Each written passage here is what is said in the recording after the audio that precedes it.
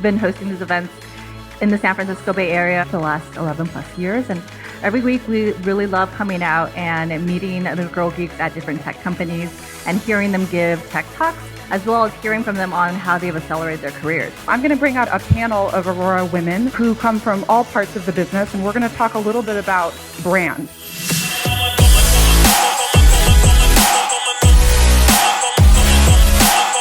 The reality is every single one of us has a brand, and it has a huge impact on our career and how we show up at work. And I thought that we could start by talking to these 4 women. All of them have really interesting work experience and have taken very different paths to get to Aurora. I've been always curious when I'm building some items, like where it ends, so I want to see that end product. What drew me to Aurora was that we have a lot of opportunity for people to really be themselves and to thrive in whatever environment that they thrive in. And so my brand really is that I have a background in engineering and in law, and I use both of them really every day in my job. But the thing that's tied it together is really being able to connect with people and translating between different worlds. That's what led me here. And I think in my head, I have that question a lot. If I'm getting the feedback that I'm too aggressive, is that real? So how do you deal with those scenarios and like just get over that, just realize that, okay, no, actually I'm actually good at something and I can actually do this thing. So just trying to get over that big hump. From a branding perspective, if you guys could talk a little bit more about how you reposition yourself. Okay, well, what makes somebody really successful in that role? And that's usually how I start a lot of conversations, finding people who have experiences that will help us to think about it a different way.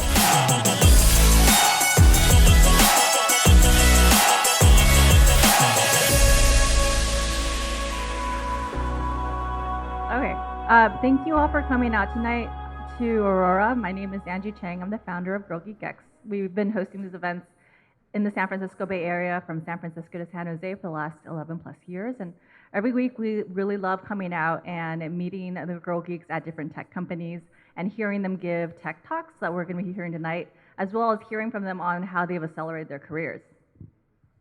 Hey, I'm Gretchen, also at Girl Geek.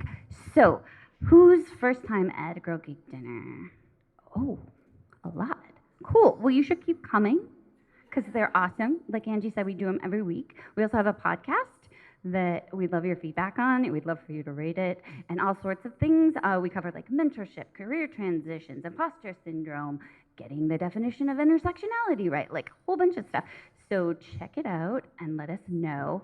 Okay, and then we also just opened a swag store, and it's a bittersweet story. So we have some really, really cute, awesome stuff, and then we have this stuff, which is kind of cute but poorly printed, so we're gonna find a different place. But in the interim, you can check out these really cool things. Okay, Angie, hold them up. Man, one-armed. Okay. Water bottle. Cute, right? The little pixie girls. Okay. Notebook, that's me on the notebook, by the way. That's my pixie, so if you wanna put me in your pocket, that's the way you can take me with you everywhere. And then the fanny pack, which like I'm way too old for, but it is so cute. Like everybody needs this fanny pack. Oh, and then there's a little zipper bag. That's my favorite thing. That's why we have to show it to them. Look, a little zipper pouch for your pencils and your Sharpies and your Post-its. Oh, we have Post-its. Okay, and iPhone cases, all this crap. Anyway, check it out because we put a whole bunch of work into it, and we would love for people to have the stuff that they said they wanted. Okay, so without further ado, so we have got the CEO. His name is Chris Urmson. You can also call him Dr. Quiz or Mr. Woke AF. So please join me in welcoming him. Oh, and really quickly, this is a sold-out event, so if you are liking this event, please help us tweet. The hashtag is Girl Geek X Aurora. If there's something great that he says or any of the Girl Geek speakers to follow, please help us tweet and share the word that this amazing company is doing really interesting things. Okay, do that thing again.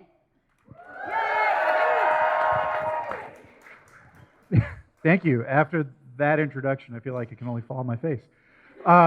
So first, thank you for Girl Geek partnering with us to pull this on tonight. Thank you all for coming tonight. This is my first Girl Geek event. And we're just thrilled to have you here. We're building something exciting at Aurora. We have this mission of delivering the benefits of self-driving technology safely, quickly, and broadly. We'd love to share that with you. What I'm really excited about is a lot of time in the press, what you hear about, around our company is our founders and, about the technology. And I'm proud as hell that we get to show off some of our awesome people today. I was told I'm allowed to be just blunt about this.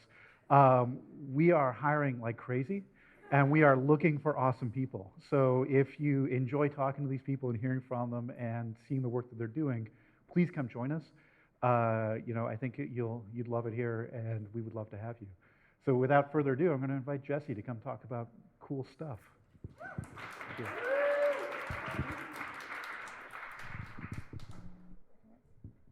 I have a mic, so I don't think I need that mic. Is my other mic on? All right. There we go. All right. Hi, I am Jessie Smith. I'm on the simulation team at Aurora, and we're going to find out if my clicker works. So a little bit about me is my background is I'm from Nevada. I'm from Reno, Nevada. I got a master's degree from UNR in high performance computing. That weird animation thing is a forest fire simulation, which is what I did my thesis in. I have some other experience in autonomous systems, mainly autonomous drones in grad school, and then onto Uber's advanced technology group, working on simulation, and now at Aurora working on simulation. So I'm going to talk a little bit about what is simulation, and we have three main things that we do on the sim team. We are a developer tool, we do regression testing, and we do problem space exploration. For developer tool, we build custom tests for developers to help enhance what they do on a day-to-day basis and make them faster at developing the self-driving car software. And then as soon as they land these new features, we want to make sure, just like every other regression test, that when you land a new one, you don't break all the old ones. So we also do regression testing. And what I'll talk about today is problem space exploration, which I think is one of the most interesting things that we get to do at Aurora on the sim team.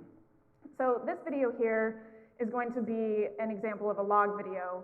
And you can see this pedestrian kind of walks into a car, opens the car door, and disappears inside of the car. And so what we've done in simulation is extracted the information and the spirit of the scene. And what we can do in sim, which is really, really powerful, is take this interesting encounter where a man walked in front of the car and instead say, what if it's a mother and a stroller? And what if it's a person with a bicycle? And you can actually explore the problem space and make sure that the self-driving car does the right thing, given insane variation of the inputs to the system.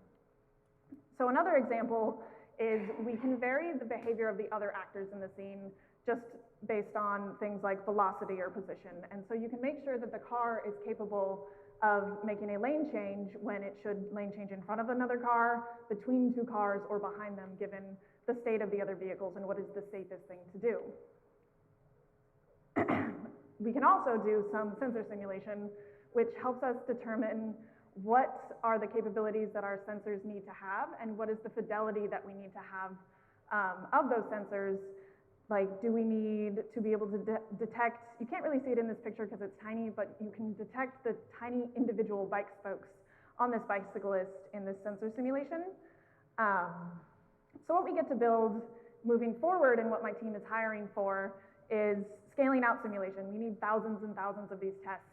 And we want to build realistic world modeling, and that's more better actor behaviors in the scene, but also better 3D representation of the world. And then we want to crank the fidelity way up and do really interesting high fidelity camera simulation. And this image on the far left here is purely synthetic, but I certainly can't tell the difference. So now I'm going to hand it over to Haley to learn a little bit more.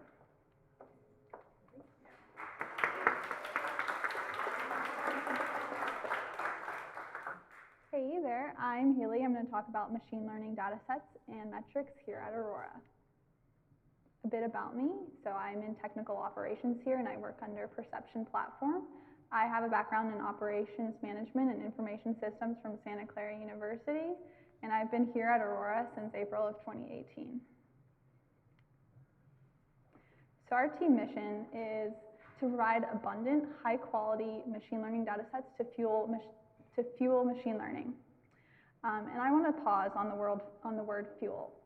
At Aurora, we talk a lot about fueling rockets, which spawns off the saying, don't try to build a ladder to the moon. What this is getting at is that building a ladder makes very small progress.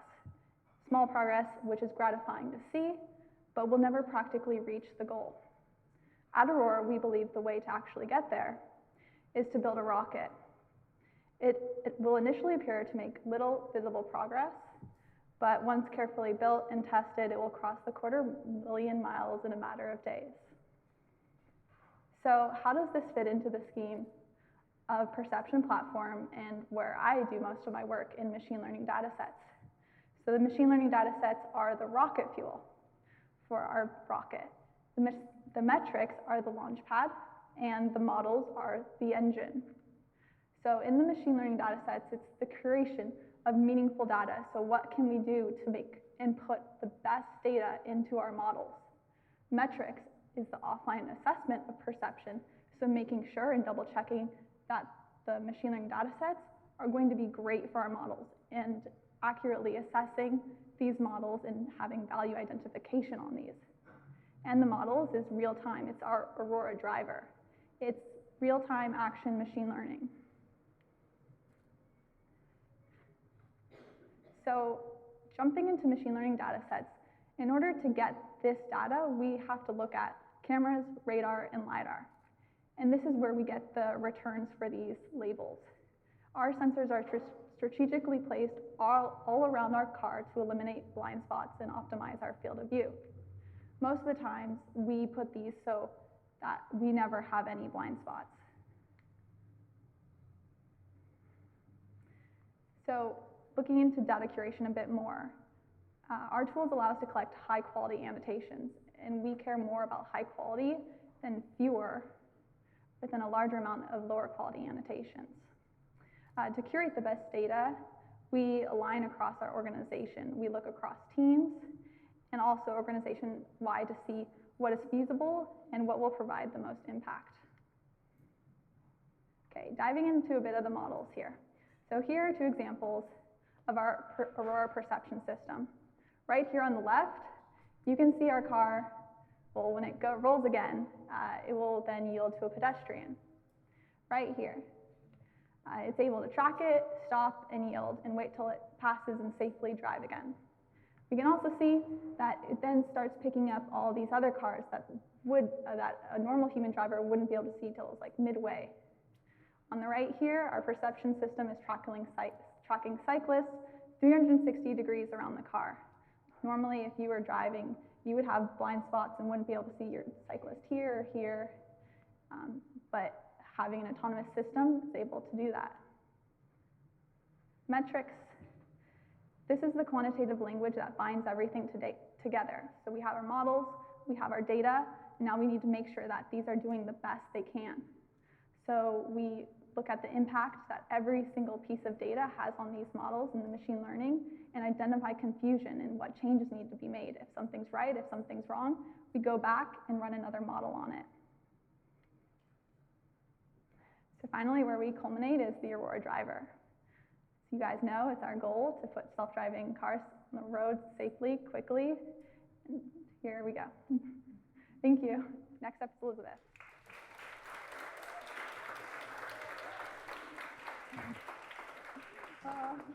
Hey everyone.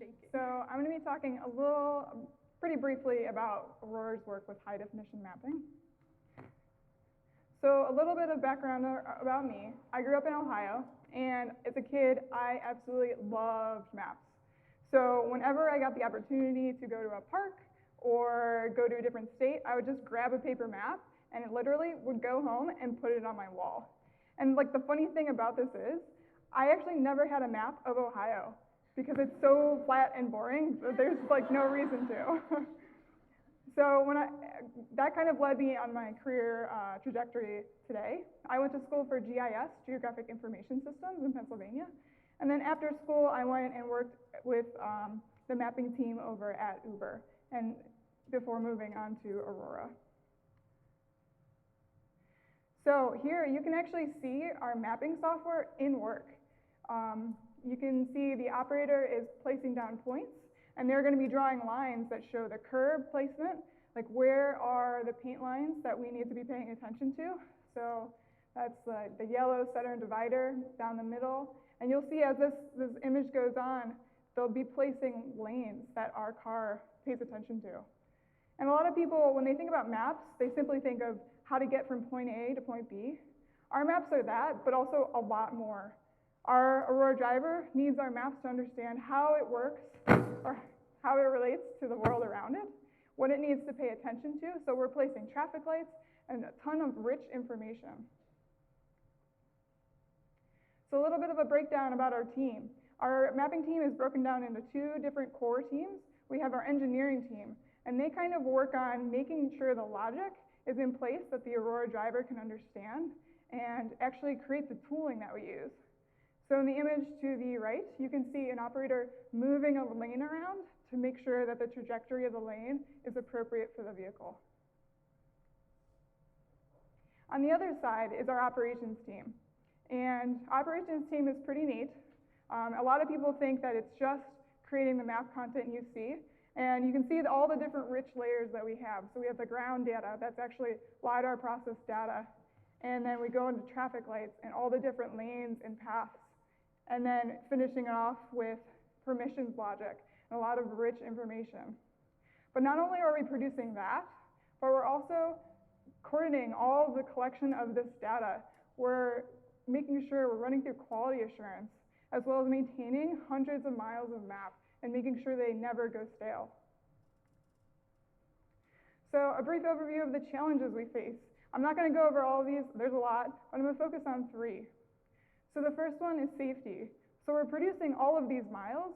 How do we know that what we're producing is of quality? And that's when automatic validation comes into play. So our engineering team and our operations team is working on making sure we have some set, like a very good set of validations in place, both automatic and human in the loop, to make sure we're catching everything. The second is quality, and with that comes speed. We want to make sure these hundreds of miles, obviously, are of the highest quality as possible. But also with that, we want to make sure we're not sacrificing speed. So we want to make sure we're creating tools and processes that allow us to speed up while maintaining that bar of quality. And lastly, policy. As you know, if you've driven outside the state of California, every state kind of requires a little bit different interaction from their drivers. There's laws, and so we focus on trying to understand how we can create a broad policy on how we map to fit a large geographic region. And at the essence of it, safely, quickly, and broadly is all about Aurora. We work that into our maps.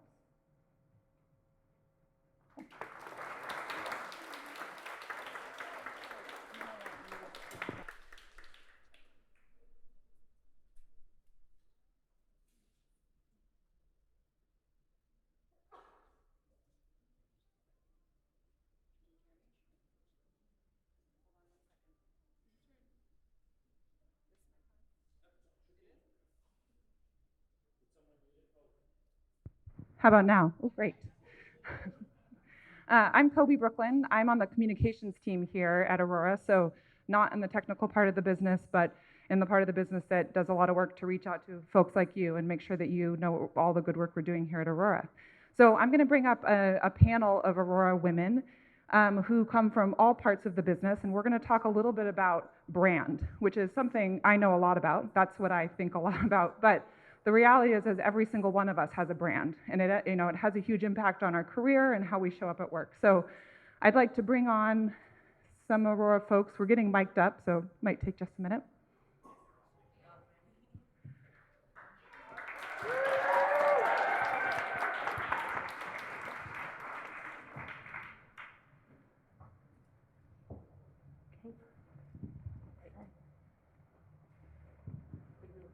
I think it should.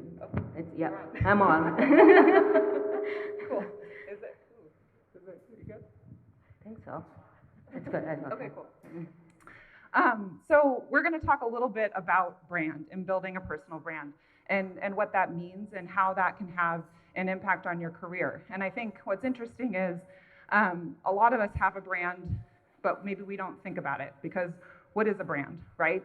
we often think about companies and what a brand is at a company, but the reality is that we all show up in some way. And so really when it comes down to it, it's how you show up.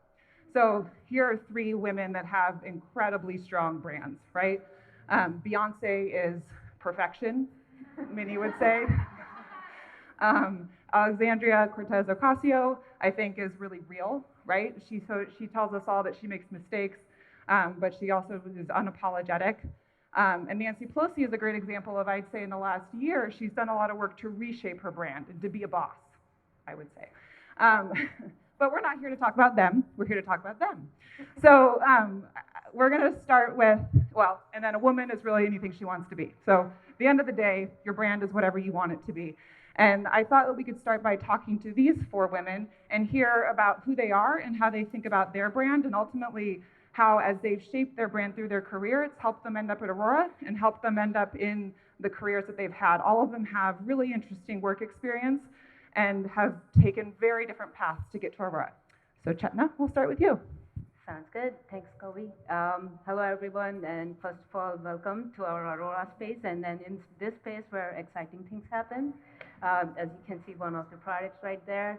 My brand, I should say, like if you see me, like I'm walking around like the whole office, like talking with cross-functional team people, interacting and then building things. So I've been always curious. I wanted to know where, like when I'm building some items, like where it ends. So I want to see that end product. So that said, like being a controls background engineer, I have worked on like many products and building those products. So I've been in the auto industry for last over a decade, I should say. And I've seen like different transformations and then the technology, and it's still transforming. And this is right here, like me here at Aurora, because we are building the self-driving technology, the Aurora Driver. So here, the company, like, I mean, the best part is that it's sort of like an institution where I'm like, as I'm passionate about learning more and more new things, exploring new spaces, and then be part of the technology.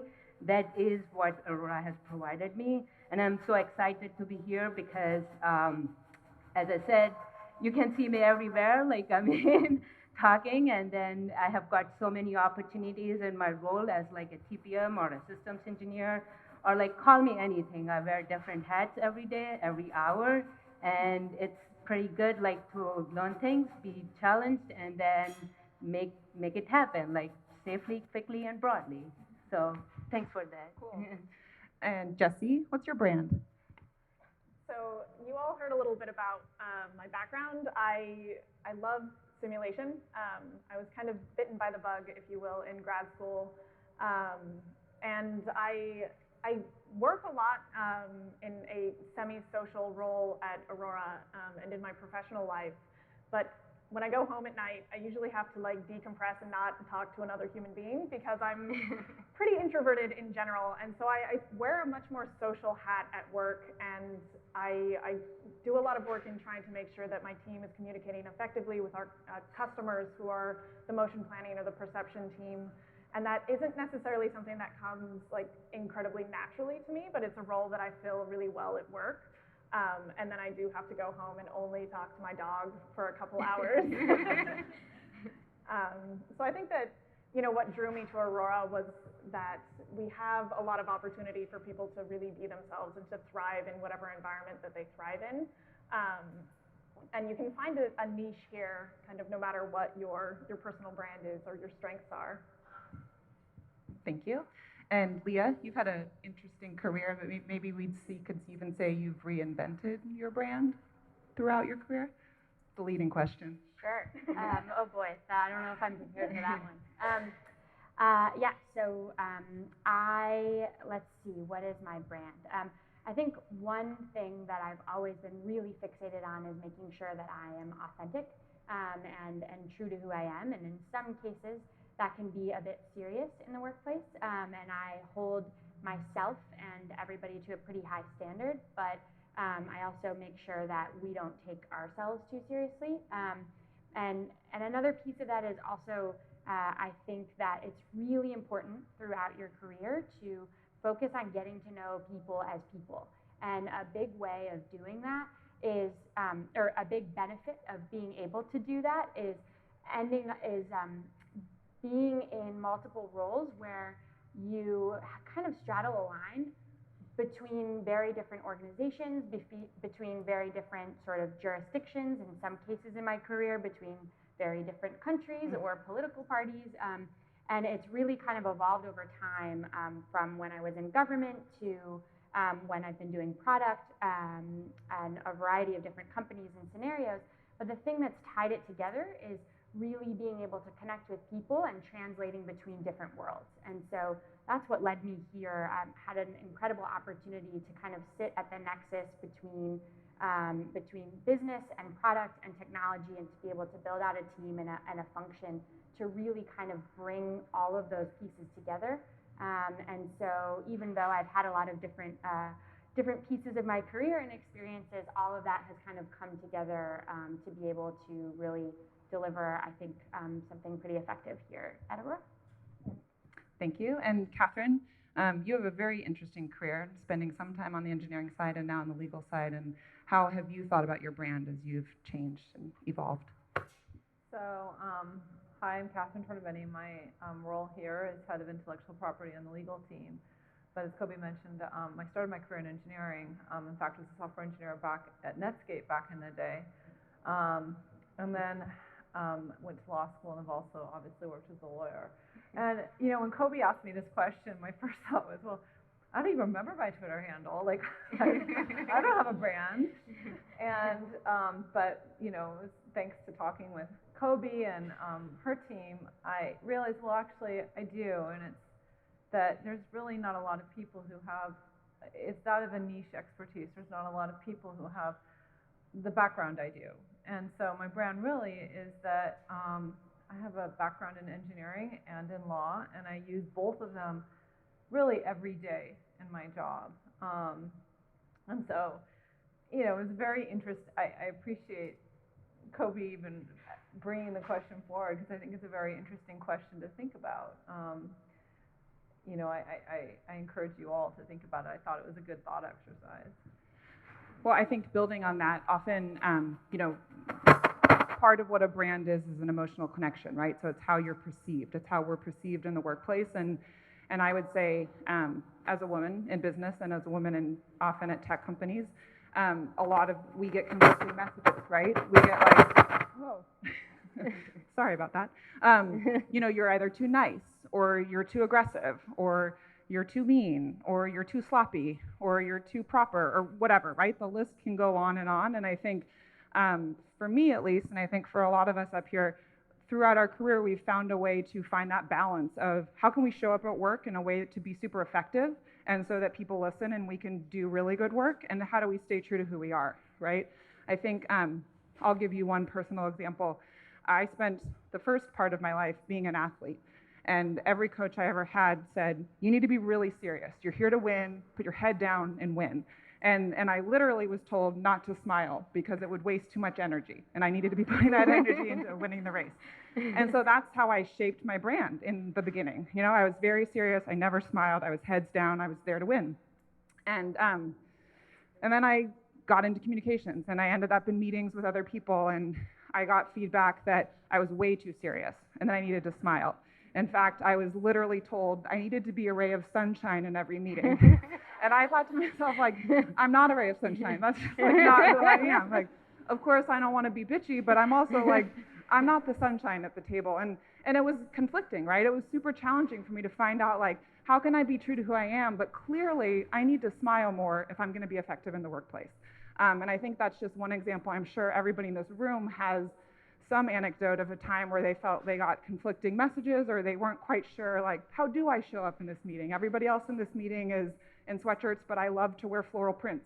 Or, you know, like, seriously. Or, you know, everybody else in this meeting is super serious, and I like to crack a joke every so often. Like, is that okay? And so I think that's something that we all think about. Have any of you ever had conflicting messages, and how have you worked through that? I think I can just speak, as Khobi just said, like, she's serious, like, and for me, like, it's quite opposite, like, it always worked, like, keep laughing maybe and get things done. That's my mantra. But if it needs to be done, like, I mean, it needs to be done. And it's sometimes, like, I mean, in the workplace, like, being like a person, like, I mean, I feel like I need to be straightforward and open communicate, but the opposite person might not perceive it, like, in a good way, probably. But so I've been, like, given an advice from my superiors at my previous company that, hey, you do a very good job, you get things done, but make sure you are a little bit peaceful and when talking with people and get okay.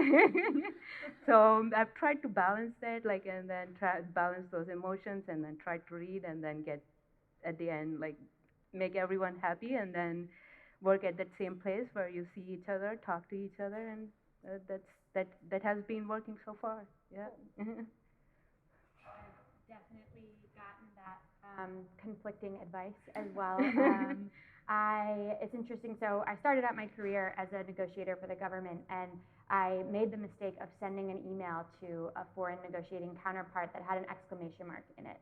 And immediately, my boss came into my office and said, never put an exclamation mark in an email. You will not be taken seriously. Do not show emotion. You should never have emotion on your face unless it is intentional for the objective you're trying to get across, right? And so that was very different from then coming out here to tech. And it's funny, so I was kind of chiseled into this very aggressive and intense negotiator, which I'm sure none of you can imagine given how effervescent I am right now. But all of the people who work with me probably definitely know that I have that in me. But it's so funny because then I started in tech, and one of my first bosses in tech,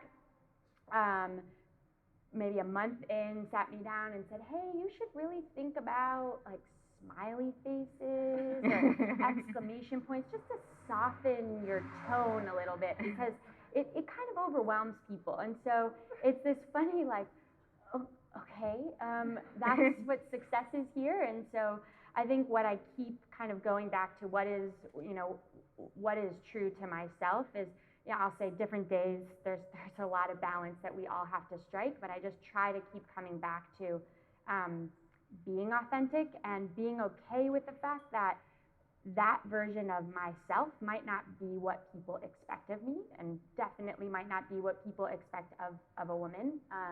And so it's really important to just be okay with the fact that you're different and not necessarily try to blend in. And so that's what I've tried to hold true to. And speaking of attributes, all of you are building teams. And so as you build a team and you meet new people, new candidates, what do you look for? Like, what kind of brand are you looking for? Catherine? I think a lot of my personal career has been driven by that sounds really cool. And I look for that. Like, I think intellectual curiosity is wonderful. I love when I can, like, I get people who are really interested in the world around them, and it's, and who are interested in how they can have an impact on the world. One of the things I love about Aurora is that we are very mission driven here, and that's something I look for, and that's a lot of people who care about the world around them. It is part of a personal brand, and that is something I personally look for, and that I enjoy very much, and my teammates, we're lucky to have that here.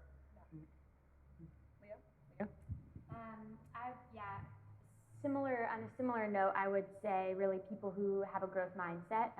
You're not always going to find somebody who has the exact experience and fit for the tasks that you plan to have, but really having somebody who wants to grow and to learn and is willing to challenge themselves, not just in work, but who also kind of shows that they want to be better, and it's okay that maybe some things they haven't done well in the past. And it's not that they haven't done them well, it's just that things didn't work out, but they learned from that. I think that's a really important trait in somebody on the team. Jessie? Yeah, I think, for software, we focus a lot on can you program, but I also really appreciate it when I ask a candidate something and they don't know the answer, if they're just honest about, like, I don't know what that is. And then I think it provides an interesting opportunity in an interview to work through a problem together, and you get to see a little bit more about, like, is this person teachable, and can we actually have a good back and forth? And if I give you a hint or put you on the right path, can you actually go and ask for enough guidance to get to the right answer?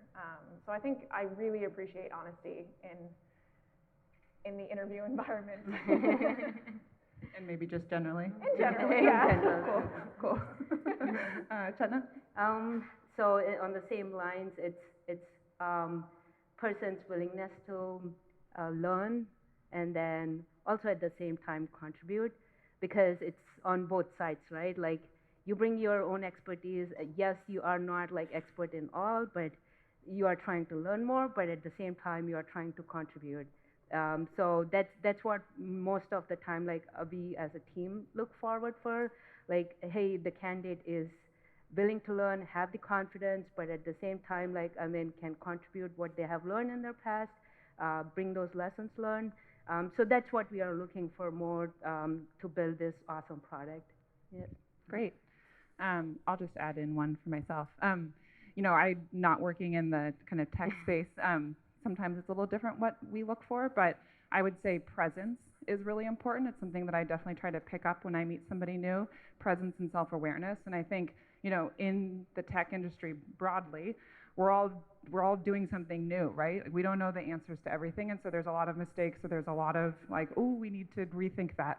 And I think that takes incredible presence to have the confidence to say, like, I didn't do that quite right, and I need to do it better, or I think I can do it differently. And I think that can be a hard skill to build because it's intimidating, right? It sucks to be wrong. But the more that we can get comfortable with it and use it in a positive way, I think makes us even more valuable.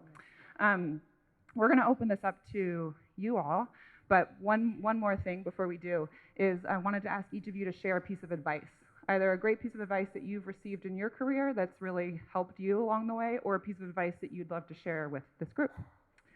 Who wants to start? Chethana? Sure.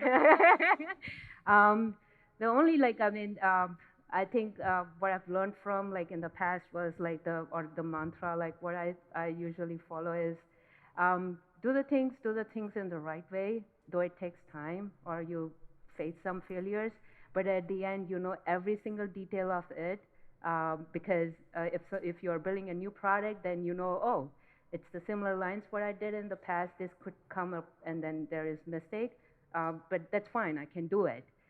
So that's one thing which I would like to just as a my piece of advice, that is, whatever you are doing, be confident and do it in the right way, though it takes some amount of time and failures.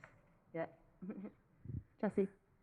I think the best piece of advice that someone gave me when I was thinking about a career transition was, I was trying to decide, like, what should my next thing be? And it's really hard to, like, look at where you should go next.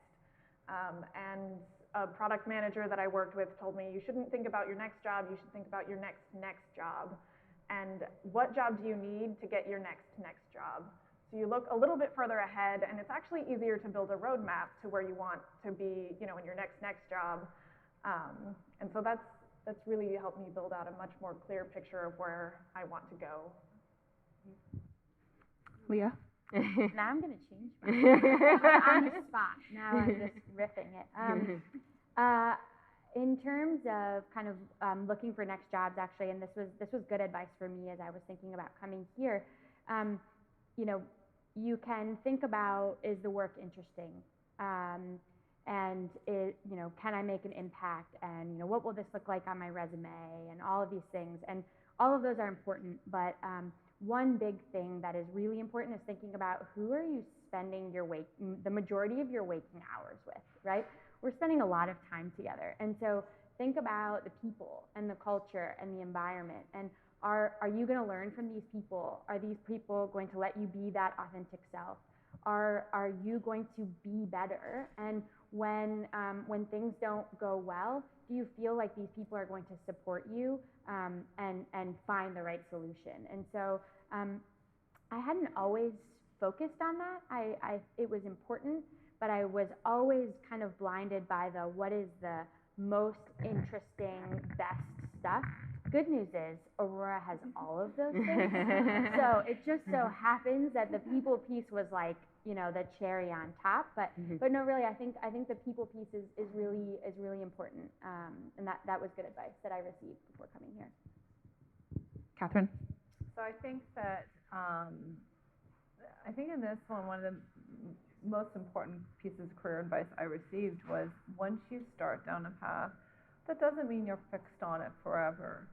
And sometimes those meanderings that you take along the way actually turn out to be very valuable. So if you're debating a choice in your career or your jobs, you can always give yourself the choice of saying, you know, I'll try this. And if it doesn't work out, I'll try something else.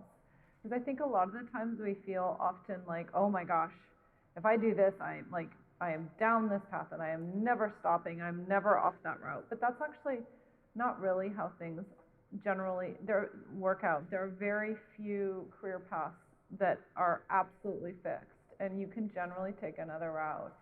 And sometimes you might find that the meandering part is the best bit. Thank you. So we'd love to hear from you all. So if anybody has any questions, please raise your hand. We've got mics, I believe, around. So maybe you could stand up and just introduce yourself. Farrell, you want to? Hi. Hi, I'm Claudia Lara, and I have a question related to books that you guys have read in the past that are really impactful. I'm a sucker to learn more about what you guys have in mind around books that will help career growth. Anybody? Top of your head? I just read a book called The Growth Mindset, which might influence the fact that I look for people with a growth mindset. I found it to be really interesting. Actually, I'm going to be honest. I didn't read it. I listened to it at a very fast rate. But I found that to be really interesting because it was kind of a way of describing different frames of mind of different people.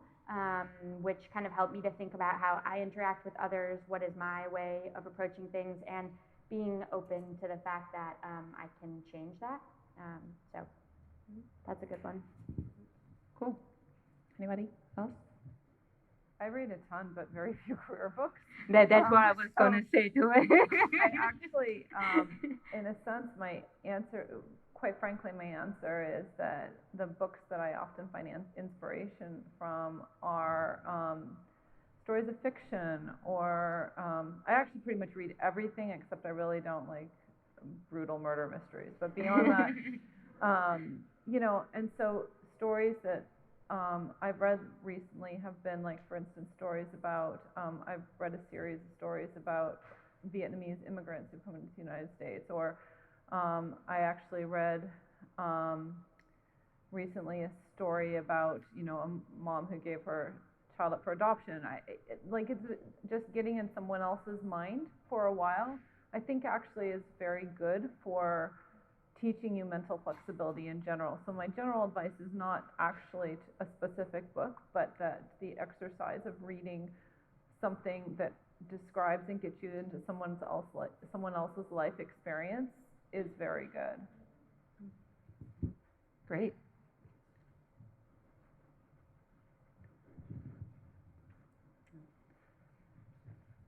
Hi, my name's Shivani. I just had a quick question about, we talked a bit about all of your brands and what your brands are today, but you know, as you guys mentioned, you know, you come from various backgrounds. How do you guys continue to build your brand? Because as we all know, like, it keeps changing every day. So if you guys, like, you know, networking or any tips or bits of advice for that. So. Sure. Good question.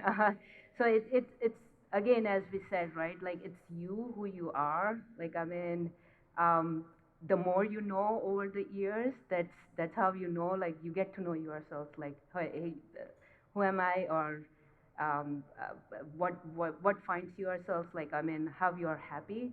So that kind of, like, I mean, it's sort of like exploration, and at one stage you find that, like, hey, this is me and this is what I have to do. Like, for my example, like, I started my career like as I graduated from a controls background. I started in the auto industry working on the diesel engines on a small sensor, but now I'm building the whole vehicle by itself. So because that tended like, I mean, hey, who am I? Because I'm curious, I want to learn more, and then I want to put things together. I want to know where the end product is. So I got to know like who I am. So say I'm a system architect or an engineer, like I mean, now I know like that's my basis. So that's what I do, like I interact and collaborate with different stakeholders because I like it and then I want to build a product. So now I know who I am and what is my passionate. So over time that gets you right there, like on your path, like, you know, you'll be happy in what you would be doing. Yeah. I think it also helps. One of the things that I always find is that if I'm too comfortable, I stagnate a little bit, and I get not bored, but I get too used to everything, and I have to find something that pushes me out of my comfort zone. And so I will usually target something that I am kind of interested in, but like really scares the crap out of me. And then I will go for it and add something to my plate that is completely outside of my comfort zone. And that really has forced me into a lot of situations I never thought I would be in. And it's made me find out things about myself in terms of what do I want for my career. Mm-hmm. And the answer has surprised me quite a few times. Yep, absolutely.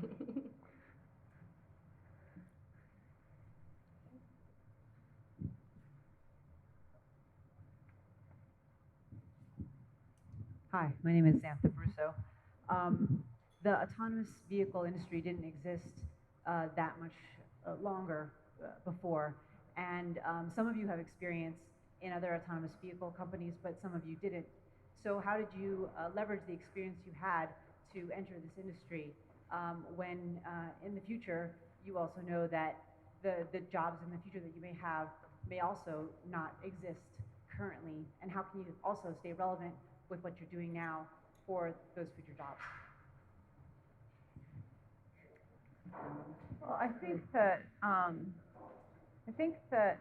the end of the day, like being able to be comfortable learning things that are outside your comfort zone is really important. And you know, when I look at my career, it's spanned a lot of.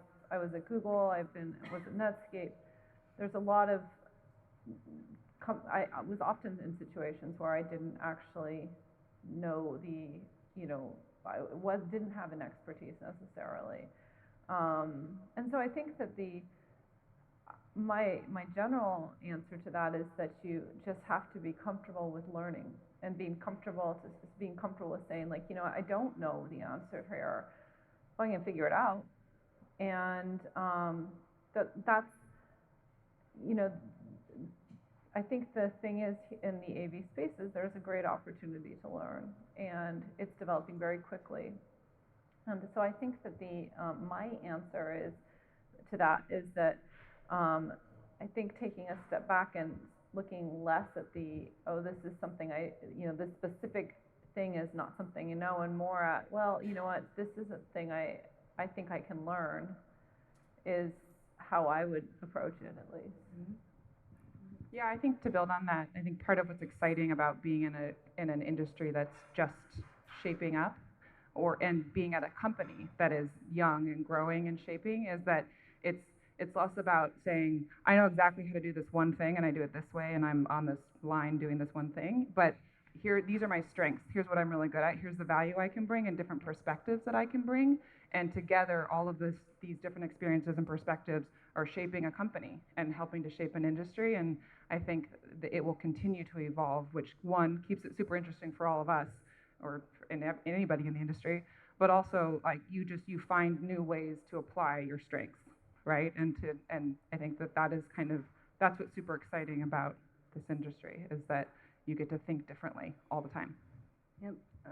And just to add, I think I can give my example clearly, because I'm coming from a conventional automotive industry. I've worked on trucks and on highway and off highway, which is completely a conventional OEM where we was part of it. Now, in this space, like I mean, where we are building the technology to integrate in those platforms, so I get to see the both the sides because I know like how it works in the OE space versus the technology we are building and how we integrate. So I get my own strengths from the industry.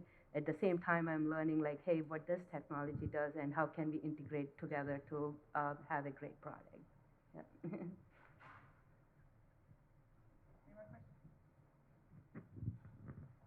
Social media. Do you do that? What do you do? How cognizant of it are you? What's your kind of strategy on developing your brand on social media? Thank you.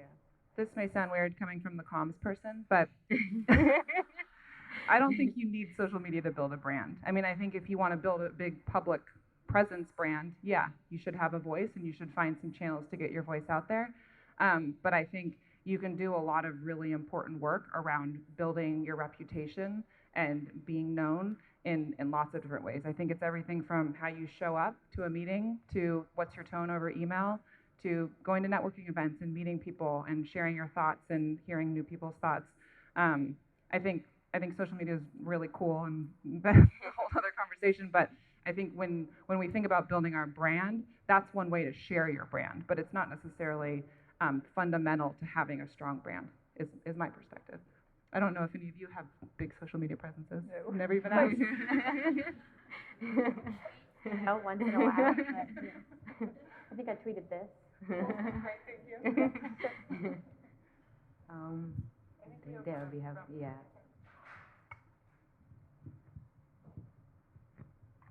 I guess I have more of a practical question. Like, how do you get feedback on if you're like presenting the right brand? Because like I found out I'm like a very nice person, but I'm introverted. So when people meet me, they're like, she doesn't like me. I think that's a great question. I would love to hear how any of you have received feedback. I think, yeah, let's hear from you guys first. Trial and error is really where it is. It's like something's not going well here, and I think just really trying very hard to put yourself in somebody else's shoes and to be aware of how different people are reacting to you, right? And trying to kind of read the room or read the reaction and realize that, okay, that didn't feel like it went well. Either I can ask why it didn't go well, or I can just try it a little bit differently this time, right? So it depends on kind of what your comfort level is. But I think there is no silver bullet here. We all just learn as we go, and you know, that's my take. Yeah, which I just to build on that, kind of paraphrasing what you said, but a lot of it is self-awareness, right? And I think, and being intentional, right? If you're like, I'm going to think about how I show up, this matters to me, you start to realize that and pay attention, like, and like the way I acted with this person, is it resonating? Am I bringing them along in the way I wanted them to, or what have you? I think is a really important thing to pay attention to. I'm sure we've all received advice. I know I've received tons of feedback on my brand, and some of it has been great, and some of it I've completely disagreed with, right? And so I've always had to come back with like, well, what's true to who I am? What feels right? I think to build on that, the piece of that, I think, is listen to people's feedback, but also have the confidence to say like, no, that's not for me. Because there's a lot of people who will give feedback that's, not right for you. I mean, I have an example. I remember being told, this is years ago, well, you should never, like, as a woman, have a picture of your kids on your desk. And, I remember I took that, and I had a picture of my kids on my desk. And I, took that, and then later I was like, no, that doesn't work for me. That's not who I am. I'm not going to do that. And so I think be open to it, hear it, but but also be true to yourself and say like, no, that's not who I am, and I'm not gonna listen to that. And don't apologize for who you are. Yeah. I think we had a question right up here. Yep. We have time for both of us. Hi, I'm Sheetal, and I think my question is more about if I had imposter syndrome or things like when you get disillusioned with your job because there's some stressful scenario going on, something like that. So how do you deal with those scenarios and like just get over that and realize that, okay, no, actually, I'm actually good at this thing and I can actually do this thing. So just trying to get over that big hump.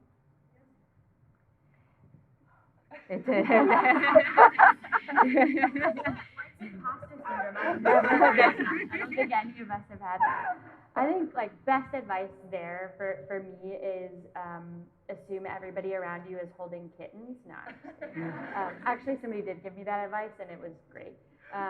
So I imagine that of you guys sometimes. Got it. What I would say is nobody knows everything, and you know who you are, and you know your experience and what you've learned throughout your life better than anybody else. And that has made you into who you are, right? And so I think if I think of like everything that's happened in any of our lives, good or bad, failures, like sometimes we just do things really wrong, right? But that chisels you into who you are and you're better for it, right? So think of yourself as like this combination of all the experiences that you've had that only you know what those are, right? So nobody gets to say what you're good at and what you're not good at, and just go for it, you know? Yeah. I think it also takes a single catastrophic breaking of everything to realize that, like, oh, they didn't fire me. It's okay. I'm still breathing. The world still turns. I ruined everything for everybody for a little while, but it's still all right. And it's like a learning experience. And not that ever happened to me in my early career. But it made me realize that like it's gonna be okay. Like even if something terrible happens and if you mess up and fall on your face, it's really gonna be okay. And it's okay to make mistakes because everyone does. Yep. And as Catherine and Jessica and Leah mentioned, it's getting out of your comfort zone, right? Like if you don't know yourselves, like I mean, what you are good at or what you can do more, like you have to do that. Like I mean, like as yeah, sure, you didn't get fired, but like you had to be like I mean, present like a report in front of the like a upper management, like that's like own it and then fix it. So that builds your confidence. I think also somebody once told me, if you're in the room, you belong in the room. You know, and I think that's important to remember. Like if you're sitting at the table, if you're part of that project, you're there for a reason. So own it, yep. And you belong there. And somebody else thought you belonged there too. And so it's just about kind of having that confidence again and just saying like, yeah, I'm here and I belong here, and being there.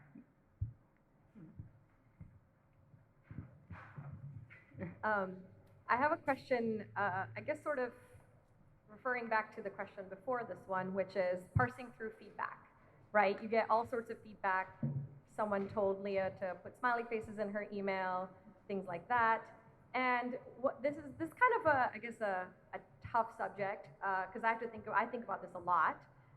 But as a woman, right, we've all heard that women get the whole, you're aggressive feedback, or you're this way, you need to smile more, that type of feedback, way more. Like the statistics show that that's what happens. So, but sometimes there may be some validity to it, right? It's possible. And I think in my head, I have that question a lot. If I'm getting the feedback that I'm too aggressive, is that real? Do I actually need to change my behavior? How do I think about this? How do I actually take that advice? Because it showed up in my performance review, and so clearly I got to do something there, right? What do I do? And if I suspect that maybe it's gendered, what do I do about that? Like, how do I navigate that? That's something that I would love to hear how you guys handle. I have also received, you're really mean in code reviews. And I think all of us did, yeah. And so I think my strategy for dealing with it is like look at the people that I really respect in the company and who I would like to emulate, and how do they give feedback, and how do I maybe model my feedback on what they do in code review or in any of the communication that you've received feedback on, and try and find ways to understand that your impact on other people might not be perceived in the way you expect it to be, and whether that's from, you know, a gender reason or, you know, an experience level reason. I think that I found success in changing the way that I speak to people by modeling it off of really successful communicators elsewhere in the company. And it's definitely helped me with this exact same problem. And, you know, maybe giving like a little bit of positive feedback where you see, like, if you're only ever writing like, this is broken, fix this thing, but you're never saying like, wow, that was a really clever bit of code. If you have those thoughts, you can also share those thoughts and share the positivity, which helps, you know, make it so that you're not being aggressive all the time. Yeah. And I would say adding on to that is digging in a little bit, you know, like if you get feedback that you're too aggressive, then ask why. Like what's happening or what's not happening because of that. I think because at the end of the day, to be a good team player, to be a good part of your company and your team is to be effective. And if you're doing something that's not effective, and maybe people like to call it being too aggressive, there's still something to fix, right? And so maybe it's the wrong label, maybe it's sort of an offensive label because we women who are sort of hear it all the time and it gets annoying. But at the end of the day, if there's something that's not working with the people you're working with, then that's fair, and that's probably something to work on, you know? And so I think it's a little bit of self-awareness and ego and being like, okay, like something's not working, I need to improve. But maybe pushing whoever you're getting that feedback from on, well, let's talk more about that. Like, let's talk more about what it is that you're really saying. I don't know, that's something that I've done. I think that the other thing I would say is that I think it never hurts to assume positive intent and when people are giving you feedback, and assume that they actually really are trying to help you. And maybe the words aren't coming out right, and maybe someone's not really skilled at saying it, and it's or writing it or whatever. You know, nobody's a perfect communicator, and nobody can always say the right thing at the right time all the time. And so sometimes, you know, in the course of my career, like, you do wonder occasionally, you know, do you get feedback, is it gendered? But I think taking a step past and saying like, okay, well, what's the intent here? I'm assuming it's positive, and maybe there's something here I can grow from. And maybe it's not the thing that was said to me. I mean, it's entirely possible that I'll go in an entirely different direction, but there is something there. And I mean, I don't know, maybe I think I'm an optimist at heart, but mostly I think people want to help, and they mean well. And I think thinking in those terms can help you identify the thing that perhaps you want to take from it.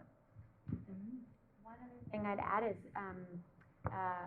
collect data, right? So similarly, it's like understand more where that person's coming from, but then think, okay, if this is in my performance review, then maybe this came from multiple people. Maybe I should talk to a few people and not say, hey, somebody wrote I was aggressive, can you tell me if you agree or disagree? But more along the lines of, hey, do you know, how do you feel like our dynamic is? And are there ways that we could, you know, interact better, things like that? And I think by having that with a few people, and particularly people who you respect a lot, that will give you more context and on something that's more actionable than just kind of reading into what does this one sentence mean for me, right? So. Thank you.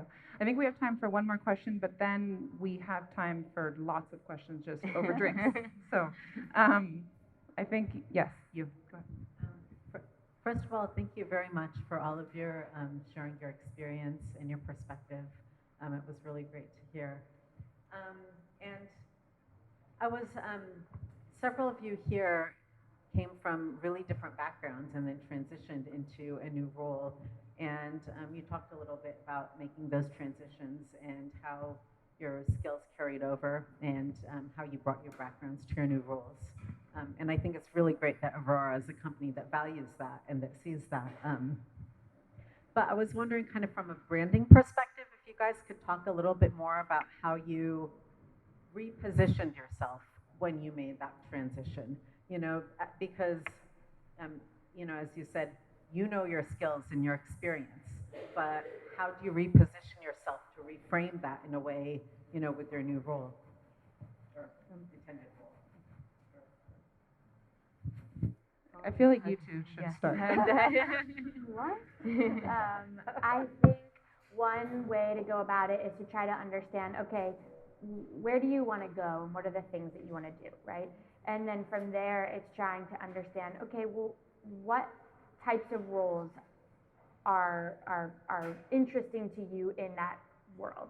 And then the next step, this is my thought process, and then the next step is, okay, well, what makes somebody really successful in that role? And that's usually how I start a lot of conversations, because that way you can understand, okay, what are the attributes of a person? What are the things that they can do that mean success for either somebody who's hiring or even just somebody generally who works at a company that's interesting or in an industry that's interesting.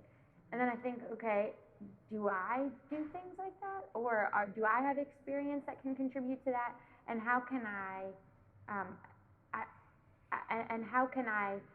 kind of provide examples of things I've done in my past that translate into that, right? And so I think one of the things about being in the self-driving space is it hasn't existed for that long, right? And there is a finite number of people who have done this before. We have a lot of them here. But what I will say is there really is that openness to finding others, but finding people who have experiences that will help us to think about it a different way. So that's something Chris focuses on a lot is, how do we have a diversity of viewpoints? And so if you can think about, okay, yes, my perspective is different, but it adds value to whatever problem they're trying to solve, think about kind of explaining it in that way. That's how I've thought about it. I think in some ways I would pivot it, and I think that the skills, obviously, that as I switch from engineering into law, they're sort of a different practical skill set. But a lot of who I am is still the same.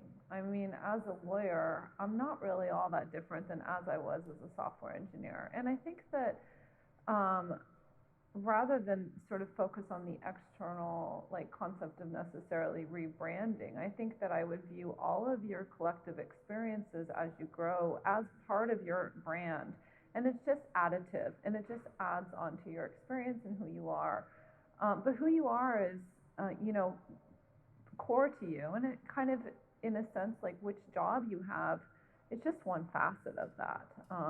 And so I think that, for me, I can't say I thought all that much about necessarily repackaging myself as a lawyer. I just thought it was kind of interesting, which is how I ended up in law school. And then I thought that this particular IP law job was kind of interesting, but in the end, it's always been oh, this is pretty interesting, but I'm still really the same person. And I think that the idea of brand is quite core to identity and who you are, and your job is a big part of that, but there's a lot more to you. And so focusing on that will tell your story, I think. Well, thank you so much for coming. It's been really great to have you, and we would love to talk to you more, so stick around for another drink, and maybe there's even some desserts, I'm not sure. But thanks again for coming. We loved having you, and we will talk to you soon.